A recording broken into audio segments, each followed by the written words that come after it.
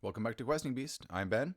Today we're looking at this copy I was sent of Crypts of Indormancy by Ezra Clavery, or Clavery perhaps. It is published by the Melsonian Arts Council, just like the last book that I reviewed, Fever Swamp. And it is illustrated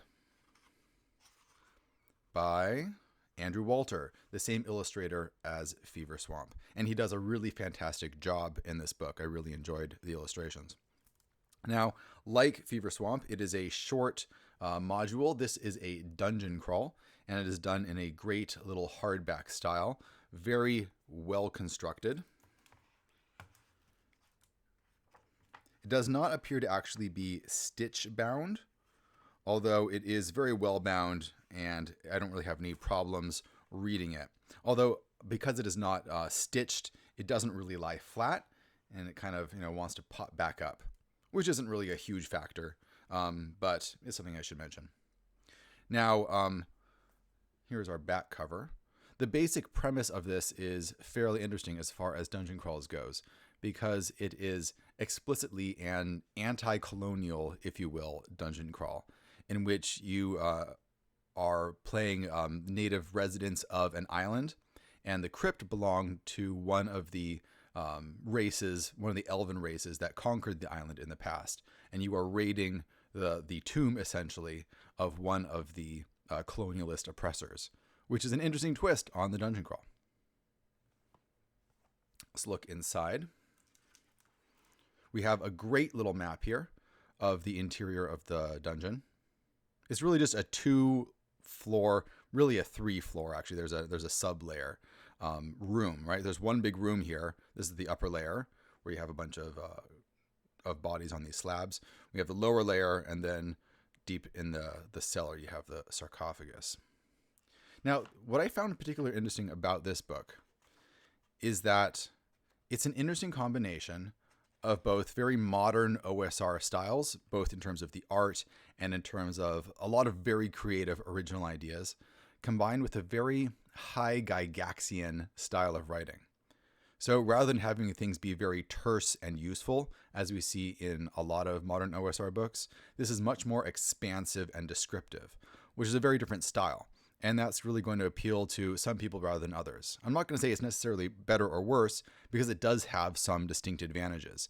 It really allows you to soak into the setting and get a sense of a lot of the details about it, and allows you to picture what's going on very concretely, which is actually kind of a nice change. The downside, of course, being that it's going to be a little bit harder to run because it's not formatted and designed for ease of use in the same way that a lot of modern OSR stuff is.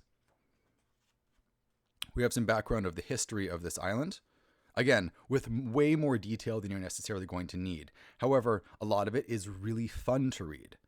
So I found myself very engaged throughout most of this, despite the level of detail.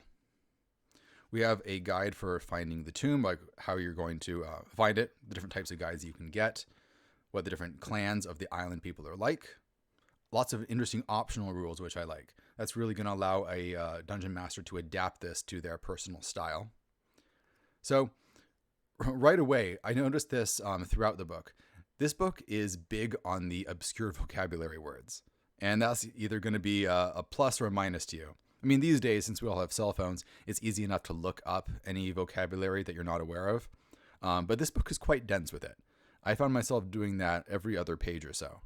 As a result, I've dramatically expanded my vocabulary, but it might be annoying for some people. And it is part of the whole high-Gygaxian style of being very thesaurus heavy.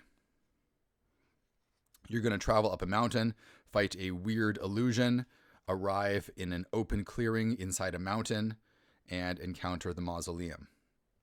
The Mausoleum door itself is an incredibly complex and convoluted, I suppose, trap or trick that's guarding the entrance. Normally, you're not going to get into the Mausoleum through the front door. You're usually going to find another way in. But it has, I found, a really amusing level of detail about what's actually going on with the door, how it works, and what's going to happen if players mess with it in particular ways. Again, it goes on for several pages on that front. An overview of the antechamber, some of the weird sights that you see in the lower level of the tomb, which is the place where you tend to enter first. One of my complaints about the book is that there are quite a lot of fairly complicated elements in it. You have a number of different creatures that act in very specific ways.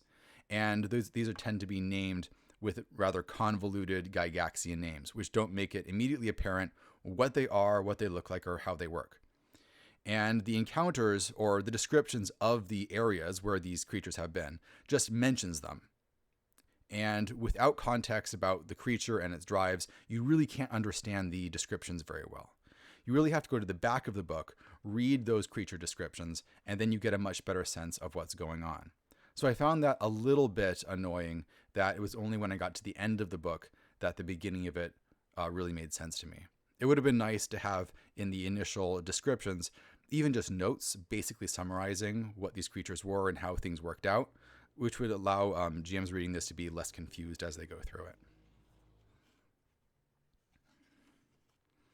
We have a parlor with a lot of interesting things and little tricks and baubles that you can use in interesting ways. And one of the funniest parts of it is the war game table. Yes, this parlor in the antechamber underneath the tomb has a full-on war game room with painted miniatures and dice and war game rules that have been published in multiple editions, over which there have been edition wars. So it becomes very meta and very funny. I thought it was hilarious while I was reading it. I was just cracking up. And a lot of it is just detail that's just there. Players may notice it, they may not. But if they do, they will get a huge kick out of it, I think. Basic description of the sarcophagus with again, a high amount of detail. There's a lot of science fantasy elements to this in terms of a lot of the way that the magic is described uses modern terms with things like quantum physics and so on. So it's an interesting combination of the modern and the old that we see in a lot of AD&D and very early D&D modules, where the science fictional and the fantastic were mixed freely. Basic description how this reanimation machine works, because the tomb can be revivified. We have a number of interesting artifacts. Optional rule, referee rolls dice in the open. I thought this was a little odd as an optional rule since that's fairly standard practice for OSR games, but it's nice to have a rundown of it. And we have a number of descriptions of the monsters, again, with a great deal of detail and descriptions of how they work, what they want, ways that you can mess with them, and so on. We're way past the short, punchy little stat blocks that most OSR games use.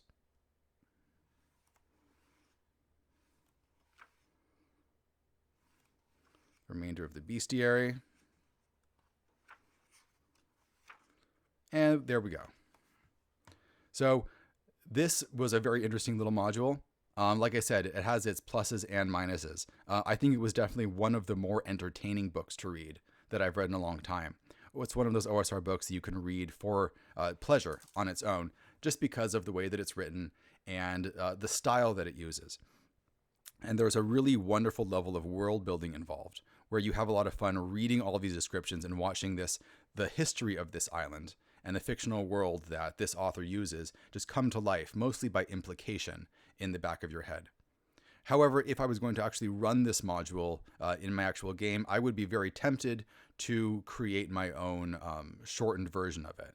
I might do something like use these pictures. I might photocopy these and maybe shrink them down onto a bigger piece of paper and then write notes all over it, so I could easily keep track of what everything was and where it was, just to stop me from having to go through some fairly lengthy descriptions inside the text itself. So that's it. The Crypts of Indormancy by Ezra Clavery. As usual, I will put the links to where you can get a copy of this yourself down in the description below if you care to pick it up. As always, if you enjoyed this video, you can subscribe to my channel and see a whole bunch more old school D&D book reviews. And you can also join me on Patreon if you'd like to help me support making videos like this one. Thanks for watching, everyone. See you guys later.